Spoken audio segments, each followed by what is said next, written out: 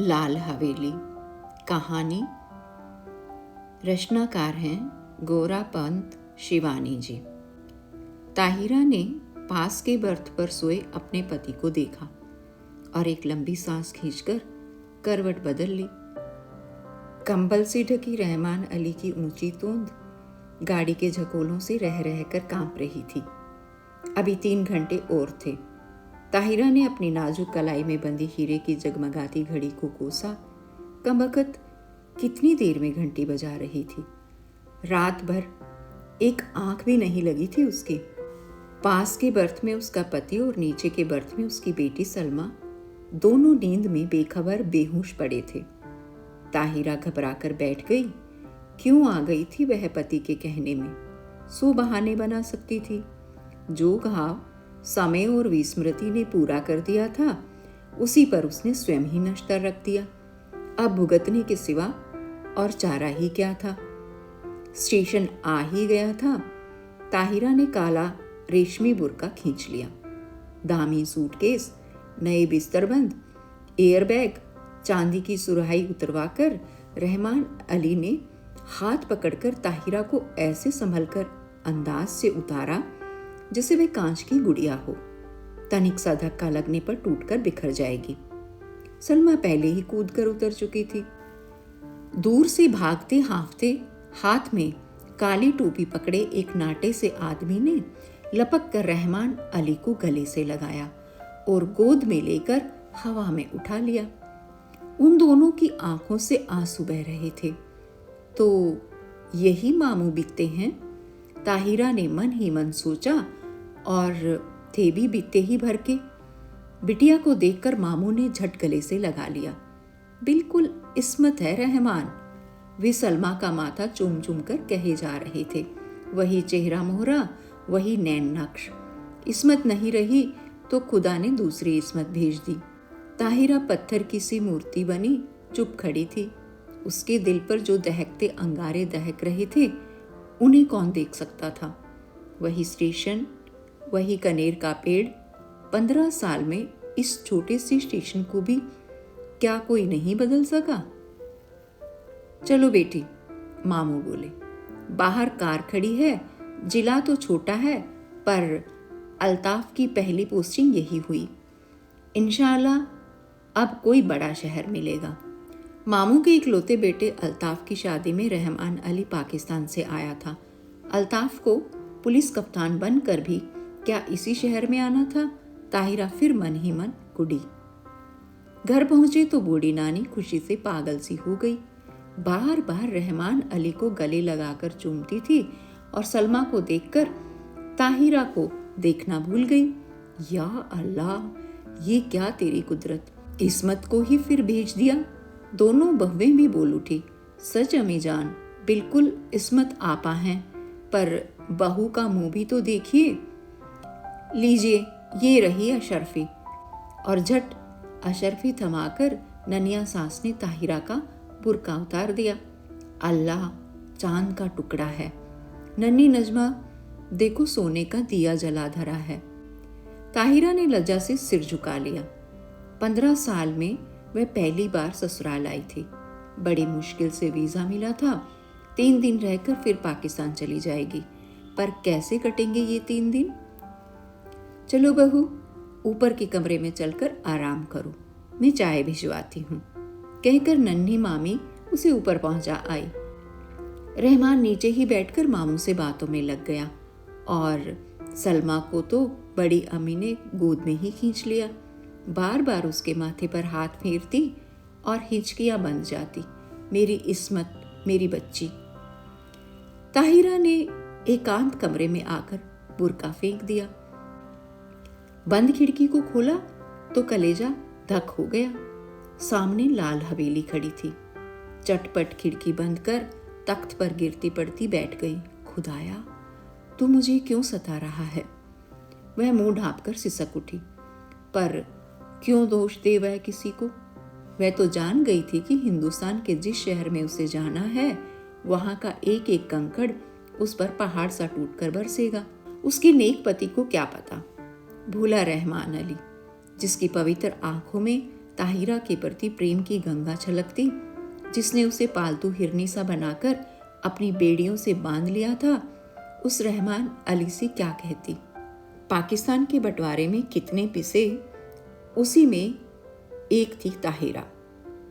तब थी वह 16 वर्ष की कनक छड़ी सी सुंदरी सुधा। सुधा अपने मामा के साथ ममेरी बहन के ब्याह में मुल्तान आई। दंगे की ज्वाला ने उसे फूंक दिया। मुस्लिम गुंडों की भीड़ जब भूखे कुत्तों की भांति उसे बोटी सी चिचोड़ने को थी, तभी आ गया फरिश्ता बनकर रहमान अली। नहीं, वे नहीं छोड़ेंगे। हिंदुओं ने उनकी बहू बेटियों को छोड़ दिया था क्या? पर रहमान अली की आवाज की मीठी डोर ने उन्हें बांध लिया। सांवला दुबला पतला रहमान सहसा कठोर मेघ बनकर उस पर छा गया। सुधा बच गई, पर ताहिरा बनकर। रहमान की जवान बीवी को भी दिल्ली में ऐसे ही पीस दिया था। वह जान बचाकर भाग आया था, बुझा और घायल दिल लेकर। सुधा ने बहुत सोचा और रहमान ने भी दलीलें की, पर पशेमान हो गया। हार कर किसी ने एक दूसरे पर भी थी बिना सुने ही मजबूरियों से समझौता कर लिया। ताहिरा उदास होती तो रहमान अली आसमान से तारे तोड़ लाता। वह हंसती तो वह कुर्बान हो जाता। 1 साल बाद बेटी पैदा हुई तो रहा सहा मैल भी धुलकर रह गया। अब ताहिरा उसकी बेटी की माँ थी, उसकी किस्मत का बुलंद सितारा। पहले कराची में छोटी सी बजाज की दुकान थी, अब वह सबसे बड़े डिपार्टमेंटल स्टोर का मालिक था। 10-10 सुंदरी एंग्लो इंडियन छोकरियां उसके इशारों पर नाचती धड़ाधड़ अमेरिकन नायलॉन और डैक्रॉन बेचती। दुबला पतला रहमान हवा भरे रबर के खिलौने सा फूलने लगा। तोंद बढ़ गई, गर्दन ऐंठकर शानदार अकड़ से ऊंची उठ गई, सीना तन गया, आवाज में खुद ब खुद एक अमरीकी डोल आ गया। पर नीलम पुखराज से जड़ी, हीरे से चमकती दमकती ताहिरा शीशम के हाथी दांत जड़े छप्पर खट पर अब भी बेचैन करवटें ही बदलती। मार्च के जाड़े से दामन छुड़वाती हल्की गर्मी की उमस लिए पाकिस्तानी दोपहरियों में पानी से निकली मच्छी सी तड़पड़ा उठती। मस्ती भरे होली के दिन जो अब उसकी पाकिस्तानी जिंदगी में कभी नहीं आएंगे, गुलाबी मलमल की वह चुनरी उसे अब भी याद है। अम्मा ने हल्का सा घूंटा टांग दिया था। हाथ में मोटी सी पुस्तक लिए उसका तरुण पति कुछ पढ़ रहा था। घुंघराली लटों का गुच्छा चौड़े माथे पर झुक गया था। हाथ की अध जली सिगरेट हाथ में ही बुझ गई थी। गुलाबी चुनरी के घोटे की चमक देखते ही उसने और भी सिर झुका दिया था। चुलबली सुंदरी बालिका नववधू से झेप झेप कर रह जाता था बेचारा। पीछे से चुपचाप आकर सुधा ने दोनों गालों पर अबीर मल दिया था और झट चौके में घुसकर अम्मा के साथ गुजिया बनाने में जुट गई थी। वहीं से सास की नजर बचाकर भोली चितवन से पति की ओर देख चट से छोटी सी गुलाबी जीभ निकालकर चिढ़ा भी दिया था उसने। जब वह मुल्तान जाने को हुई तो कितना कहा था उन्होंने, सुधा मुल्तान मत जाओ। पर वह क्या जानती थी कि दुर्भाग्य का मेघ उस पर मंडरा रहा है। स्टेशन पर छोड़ने आए थे। इसी स्टेशन पर यही कनेर का पेड़ था, यही जंगला। मामा जी के साथ गठरी सी बनी सुधा को घूंघट उठाने का अवकाश नहीं मिला। गाड़ी चली तो साहस कर उसने घूंघट जरा सा खिसकाकर अंतिम बार उन्हें देखा था। वही अमृत की अंतिम घूंट थी। सुधा तो मर गई थी, अब ताहिरा थी। उसने फिर कांपते हाथों से खिड़की खोली। वही लाल हवेली थी उसके शवसुर वकील साहब की। वही छत पर चढ़ी रात की रानी की बेल। तीसरा कमरा जहां उसके जीवन की कितनी रसभरी रातें बीती थी। न जाने क्या कर रहे होंगे, शादी कर ली होगी, क्या पता बच्चों से खेल रहे हों। आंखें फिर बरसने लगी और एक अनजान मुंह से वे जूझ उठी। ताहिरा, अरे कहाँ हो? रहमान अली का स्वर आया और हड़बड़ाकर आंखें पोंछ ताहिरा बिस्तर बंद खोलने लगी। रहमान अली ने गीली आंखें देखी तो घुटना टेक कर उसके पास बैठ गया। बीवी, क्या बात हो गई? सिर तो नहीं दुख रहा है? चलो चलो, लेटो चलकर। कितनी बार समझाया है कि ये सब काम मत किया करो, पर सुनता कौन है। बैठो कुर्सी पर, मैं बिस्तर खोलता हूँ। मखमली गद्दे पर रेशमी चादर बिछाकर रहमान अली ने ताहिरा को लिटा दिया और शरबत लेने चला गया। सलमा आकर सिर दबाने लगी। बड़ी अम्मा ने आकर कहा, नजर लग गई है। और क्या? नहीं। नजमा ने दहकते अंगारे पर चून और मिर्च से नजर उतारी। किसी ने कहा, दिल का दौरा पड़ गया, आंवले का मुरब्बा चटाकर देखो। लाड और दुलार की थपकियां देकर सब चले गए। पास में लेटा रहमान अली खराटे भरने लगा तो दबे पैरों वह फिर खिड़की पर जा खड़ी हुई। बहुत दिन से प्यासे को जैसे ठंडे पानी की झील मिल गई थी। पानी पी पी कर भी प्यास नहीं बुझ रही थी। तीसरी मंजिल पर रोशनी जल रही थी। उस घर में रात का खाना देर से ही निपटता था। फिर खाने के बाद दूध पीने की भी तो उन्हें आदत थी। इतने साल गुजर गए, फिर भी उनकी एक एक आदत दो के पहाड़े की तरह जुबानी याद थी सुधा को। सुधा, सुधा कहाँ है तू?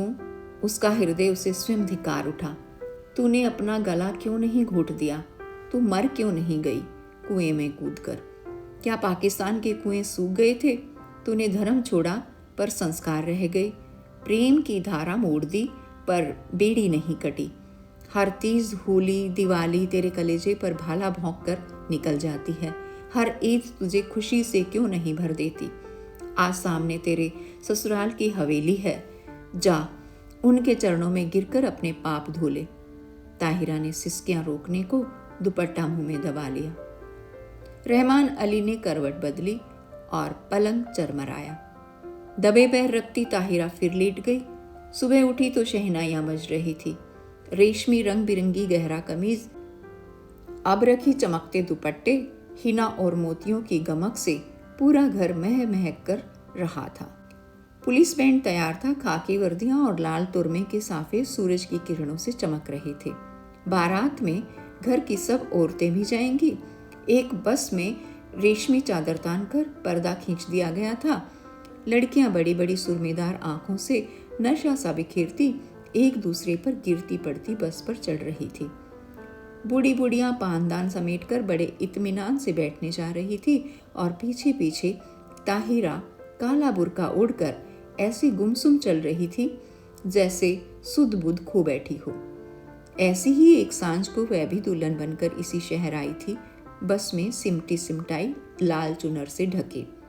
आज था स्याह बुर्का जिसने उसका चेहरा ही नहीं पूरी पिछली जिंदगी अंधेरे में डुबाकर रख दी थी।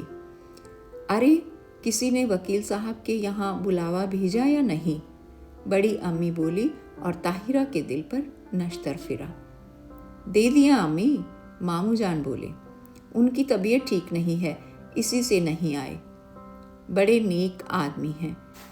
बड़ी अम्मी ने डिबिया खोलकर पान मुंह में भरा, फिर छाली की चुटकी निकाली और बोली, शहर के सबसे नामी वकील के बेटे हैं, पर आस न औलाद। सुना एक बेवी दंगे में मर गई तो फिर घर ही नहीं बसाया।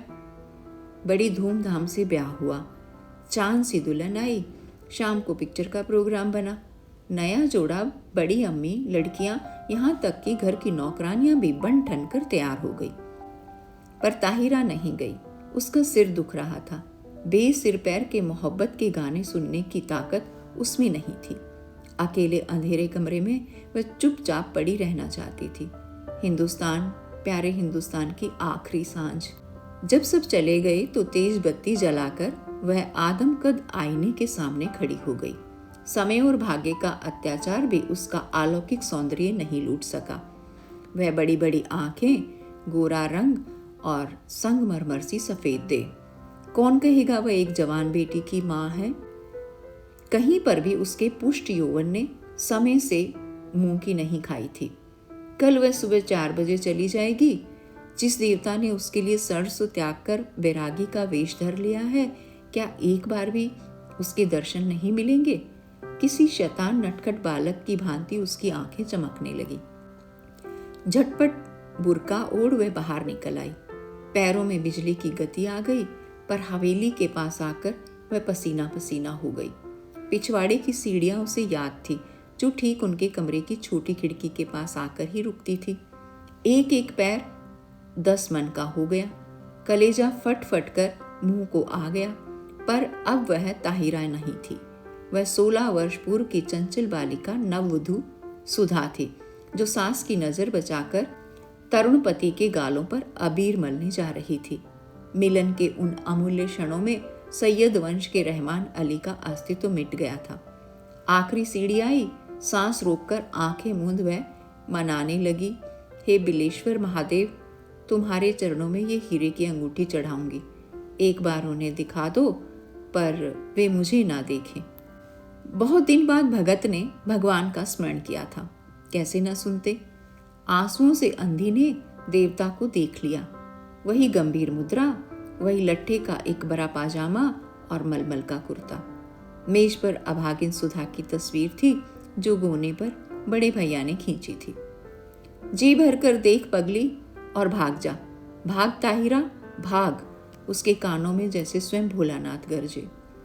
सुधा फिर डूब गई। ताहिरा जगी। सब सिनेमा से लौटने को होंगे। अंतिम बार आंखों ही आंखों में देवता की चरण धूलि लेकर वह लौटी और बिलेश्वर महादेव के निर्जन देवालय की ओर भागी। न जाने कितनी मनौतियां मांगी थी इसी देहरी पर। सिर पटक कर वह लौट गई। आंचल पसार कर उसने आखिरी मनौती मांगी, हे भोलेनाथ, उन्हें सुखी रखना, उनके पैरों में कांटा भी ना गड़े। हीरे की अंगूठी उतार कर चढ़ा दी और भागती हाँफती घर पहुंची। रहमान अली ने आते ही उसका पीला चेहरा देखा तो नब्ज पकड़ ली। देखूं, बुखार तो नहीं है?